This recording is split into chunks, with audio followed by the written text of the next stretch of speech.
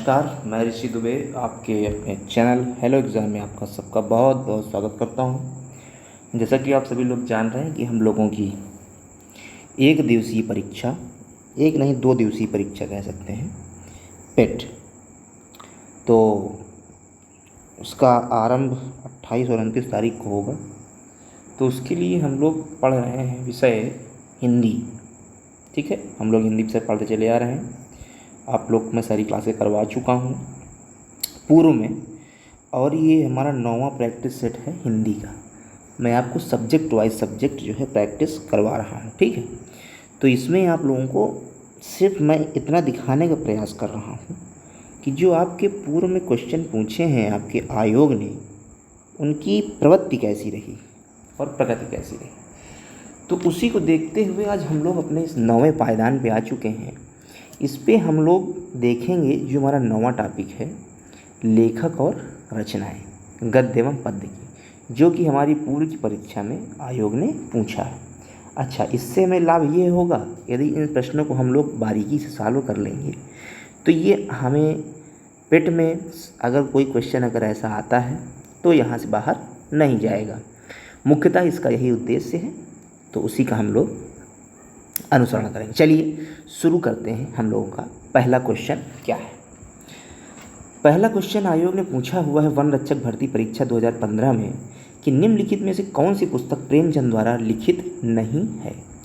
तो देखिए, प्रेमचंद द्वारा जो है लिखित पुस्तक, देखिए रंगभूमि भी है, रंगभूमि, कर्मभूमि, करबला, कायाकल्प, प्रेमाश्रम। ठीक है, ये सब उनके द्वारा लिखा गया है। किंतु जय पराजय यह एक नाटक है जिसको उपेंद्र नाथ अस्क जी ने लिखा है। तो ये ऑप्शन आपका एकदम सही हो गया। ठीक है, ऑप्शन नंबर बी आपका एकदम सही हो जाएगा। चलिए अगला क्वेश्चन हम लोग देखते हैं। क्वेश्चन दिया हुआ है भोर का तारा एकांकी के लेखक कौन है। तो भोर का तारा हमारे इस एकांकी के लेखक जगदीश चंद्र माथुर जी हैं। लोअर परीक्षा 2019 से पूछा गया क्वेश्चन है।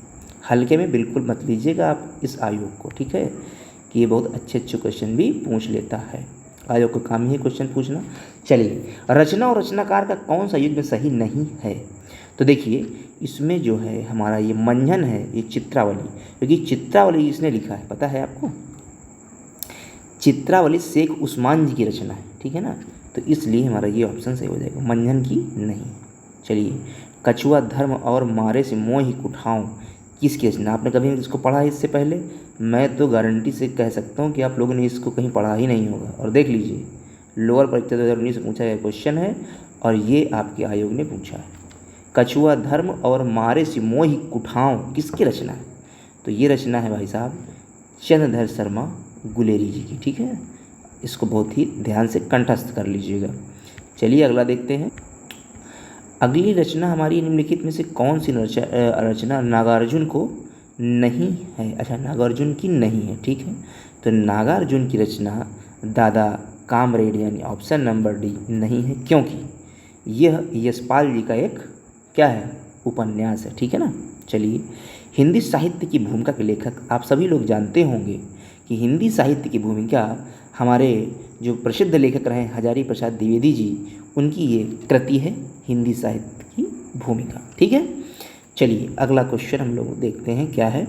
पृथ्वीराज रासो, आप लोगों ने इसको इतिहास विषय में भी पढ़ा होगा, यदि वहाँ पे नहीं पढ़ा है तो आप लोग इसके हिंदी साहित्य के इतिहास में आप लोग ने इसको अवश्य पढ़ा होगा अपने 10th में या 12th में।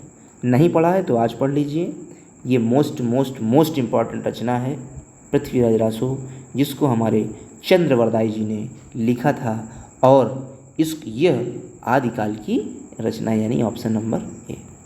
ठीक है, चलिए निर्मला भी आप सभी लोग जानते होंगे, हमारे जो प्रेमचंद जी हैं, उन्होंने सेवा सदन, वरदान, प्रेमाश्रम, गबन, कर्मभूमि, ये सब उनके जो है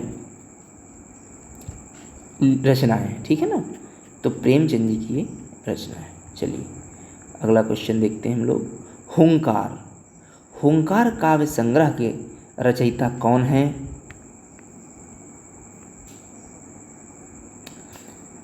चलिए अगला क्वेश्चन देख। रामचंद्र के रचयिता हो गए, रामचंद्र के रचयिता, हाँ रामचंद्र के मैंने बताया आपको केशव जी हैं, ठीक है ना। चलिए अगला देखते हैं क्या था। हाँ, जयशंकर प्रसाद जी की पहली कहानी कौन सी थी, मैंने बताया आपको ग्राम, ग्राम हो गया। चलिए सीता वनवास, सीता वनवास में देख रचना, हाँ सीता वनवास जो है आपके प्रवाद पर्व, ठीक है ना, प्रवाद पर्व, ठीक।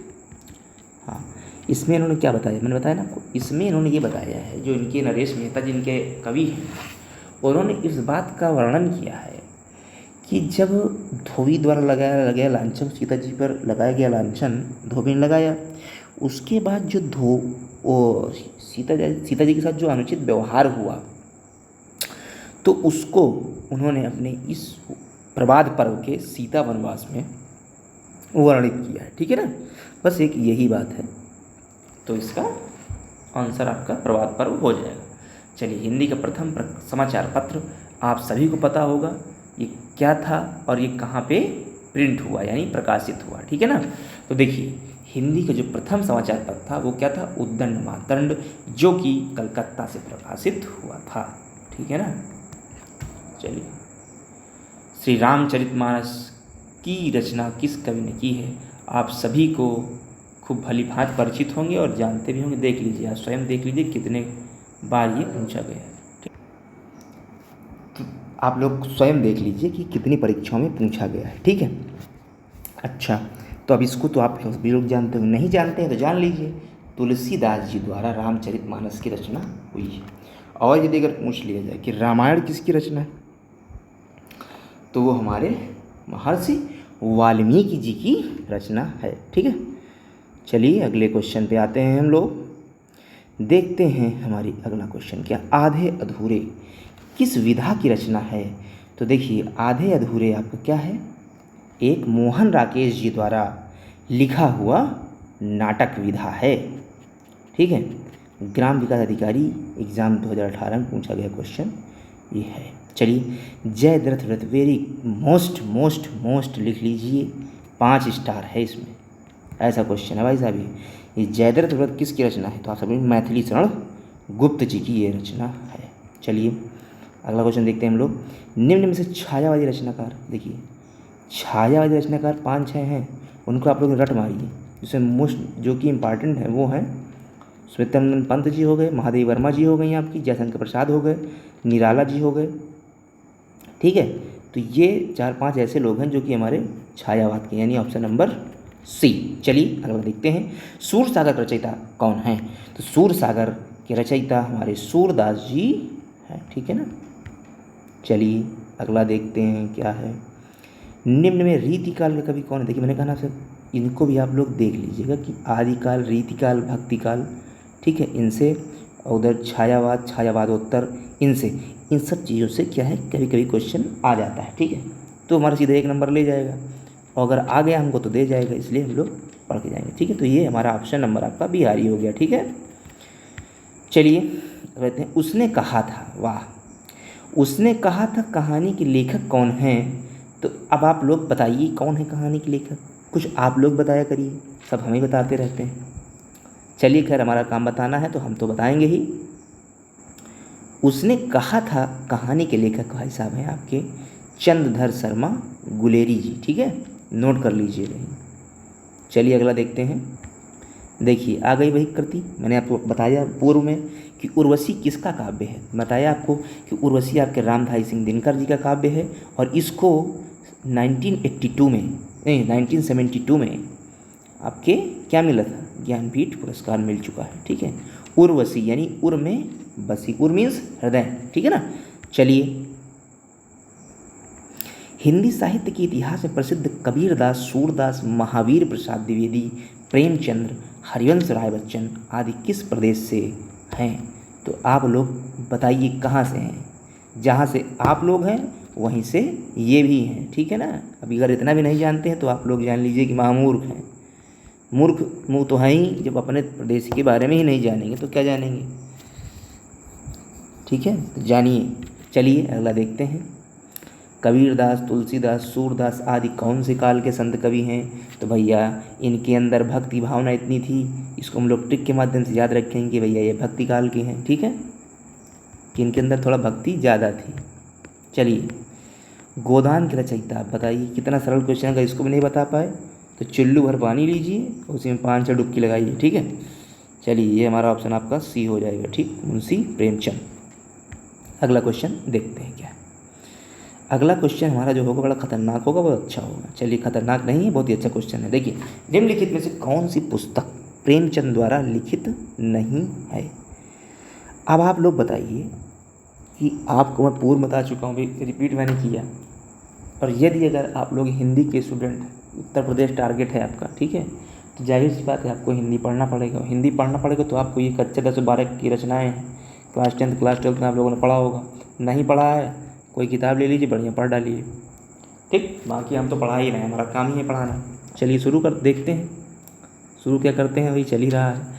पुस्तक प्रेमचंद द्वारा लिखित नहीं है, तो देखिए ध्रुव स्वामी एक नाटक है और इसको किसने लिखा है, जयशंकर प्रसाद जी ने, इसलिए ये इनकी रचना नहीं है। बाकी तीनों रचनाएं किसकी हैं, प्रेमचंद जी की। ठीक है, अगला क्वेश्चन, निम्नलिखित में से कौन अष्टछाप का कवि है। बहुत ही अच्छा, बहुत ही शानदार प्रश्न। इससे ये प्रश्न एक अच्छे लेवल का है।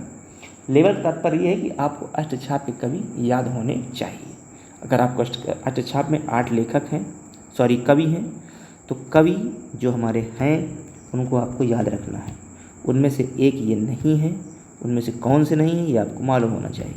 तो उनमें से हमारे सूरदास जी नहीं हैं। ठीक है ना, आप लोग, अगर आप लोग कहेंगे तो मैं पूरा हिंदी का जो पाठ्यक्रम है ए से लेकर के जेड तक, ये पूरा मैं गारंटी लेता हूँ, आप किसी भी वनडे के एग्ज़ाम में बैठ जाइएगा। ये मेरा अनुभव है कि मैं अगर जितना मैं आपको बता दूँ, सिर्फ अगर आप उतना कर लेते हैं तो 95% क्वेश्चन आप ले आएंगे। मुझे कोई ज़्यादा दिन आए हुए नहीं हुआ यूट्यूब में, इस प्लेटफॉर्म में, लेकिन अनुभव इतना हो गया है कि मैं अगर आपको बता दूं तो 95% मैं आपका क्वेश्चन और 95% जो मैं पढ़ा दूंगा उससे आपको क्वेश्चन देखने को मिलेगा। 100% तो नहीं बोल सकता हूँ। ठीक है, बाकी इतना आप समझ लीजिए बस। चलिए अगला देखते हैं, निम्नलिखित में से किसको साहित्य अकादमी पुरस्कार मिला है।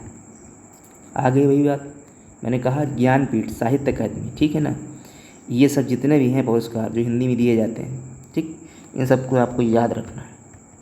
याद रखना मतलब याद रखना ही है। चलिए इसका ऑप्शन नंबर नामवर सिंह या कहीं पे, हाँ ठीक है, 1971 मिला था इनको कविता के नए प्रतिमान के लिए। चलिए ज्ञानपीठ देखिए आगे, ज्ञानपीठ किस भाषा से संबंधित है पुरस्कार। और आप लोग पढ़ते चले आ रहे हैं, बताया चला रहा हूँ कि संविधान की जो 8वीं भाषा है, जिसमें 22 भाषाएं की 24 भाषाएं हैं, आप लोग बताइए, मैं आपको कन्फ्यूज़ कर रहा हूँ, याद रखिए उसमें 22 भाषाएं, ठीक है ना, तो उसमें से किसी एक भाषा के लिए प्रत्येक वर्ष दिया जाता है।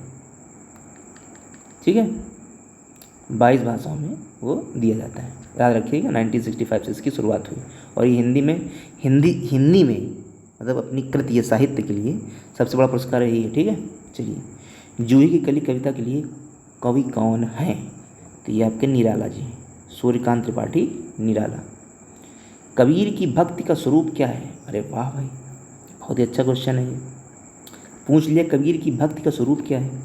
तो आप लोगों ने पढ़ा होगा, एक सगुण है, एक निर्गुण शाखा है, तो आप लोग पढ़े होंगे, तो उसमें ये निर्गुण के थे। ठीक है ना, तो ये आपके निर्गुण इनका भक्ति का स्वरूप रहा है। देखिए मेरा कहने का मतलब ये, मैंने आपको ये क्वेश्चन दिखाए, अब मैं आपको इस तरह तो हमने 250-250 क्वेश्चन पूछा है। मेरा उद्देश्य सिर्फ इतना है, आपको ये बताने का एक सिर्फ मेरा काम है कि जो रचनाएं बार बार पूछी, ये परीक्षा के दृष्टिकोण से महत्वपूर्ण है और जिनको आयोग ने पूछा है, इससे आपको सिर्फ एक आकलन कर सकते हैं आप किस टाइप की आपसे रचना पूछी जा सकती है। ठीक है, मैं जरूरी ये नहीं कह रहा हूँ कि इन्हीं में से आ जाएगा, नहीं, मैं ये बिल्कुल नहीं कह रहा हूँ, मगर हाँ इसको दिखाने का सिर्फ एक मेरा यही कारण था, ताकि आप लोग ये जान लें कि किस टाइप के क्वेश्चन हमको देखने को मिल सकता है। ठीक है, तो अब अगली जो मेरी क्लास आएगी वो आएगी गद्यांश में। देखिए गद्यांश में आपको सॉल्व कराऊंगा और ट्रिक बताऊंगा कैसे हम लोग गद्यांश को पकड़ लेते हैं। ठीक है, बहुत ही कम समय में कैसे गद्यांश को सॉल्व करेंगे, मैं आपको इसकी ट्रिक बताऊंगा। ठीक है ना, तो परेशान की जरूरत नहीं, मैं 1 या 2 दिन में उसको करा दूंगा। मैं 2 क्लास गद्यांश की लाऊंगा, तो करा करके आपका सिलेबस कंप्लीट हो जाएगा, एकदम निश्चिंत हो जाएगा आप लोग। बस सिर्फ आपको प्रैक्टिस करते रहना है। ठीक, जितनी अधिक प्रैक्टिस करेंगे उतना आपका फ़ायदा होगा। तो चलिए दोस्तों, मिलते हैं फिर एक नई वीडियो में, तब तक के लिए जय हिंद, जय भारत, वंदे मातरम।